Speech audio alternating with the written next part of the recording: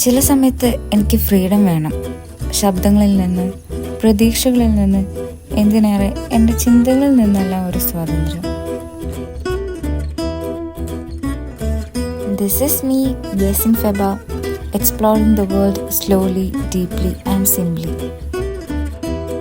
അപ്പോൾ ഇത് കാരണം സ്ഥിതിക്ക് നമുക്കൊരു ഇൻറ്റേൺഷിപ്പിന് പോയി വന്നാലോ? അതും കൊച്ചിയിൽ. പറയാൻ വിട്ടുപോയി, ഇവരുടെ കൂടെയാണ് ഞാൻ ഇൻറ്റേൺഷിപ്പിന് പോയത്. ഞങ്ങൾ 9 പേരാണ് ഇൻറ്റേൺഷിപ്പിന് പോയത്. അതിൽ ചിലവരെ എനിക്ക് കോളേജിൽ നിന്ന് കണ്ട് മാത്രമേ ഉള്ളൂ പരിചയം.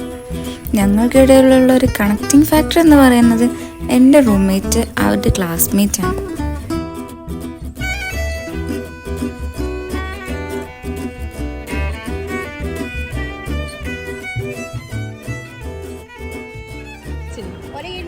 നമ്മളിന്ന് ഇന്റേൺഷിപ്പിന് വന്നിട്ടാണ്. എവിടെയാണ്? കേരള സ്റ്റാർട്ടപ്പ് മിഷന്റെ ടെക് മാഗി പറഞ്ഞ പ്രോഗ്രാമില്.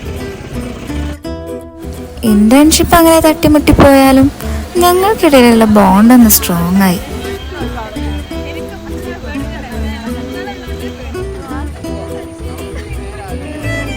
ഇന്റേൺഷിപ്പ് മാത്രം ലക്ഷ്യം വെച്ച് വന്നു കഴിഞ്ഞാൽ അതിനിപ്പോൾ എന്താ ത്രില്ലുള്ളത്? നമുക്ക് എങ്ങോട്ടെങ്കിലും കറങ്ങാനും കൂടെ പോകണ്ടേ?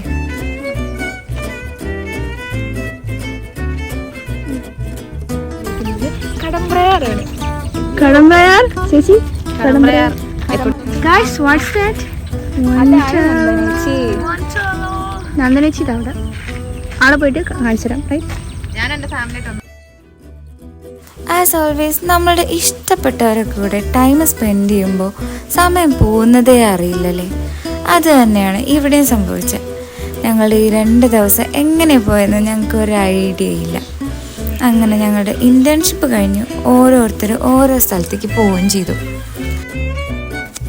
ഇപ്പോൾ ആനന്ദ സിനിമയിൽ പറയുന്ന പോലെ ഒരു ട്രിപ്പ് കാരണം എല്ലാവരുടെ ലൈഫ് ചേഞ്ച് ആയിട്ടില്ലെങ്കിലും ചെറിയ ചെറിയ മാറ്റങ്ങൾ എല്ലാവരുടെയിലും വന്നിട്ടുണ്ട്.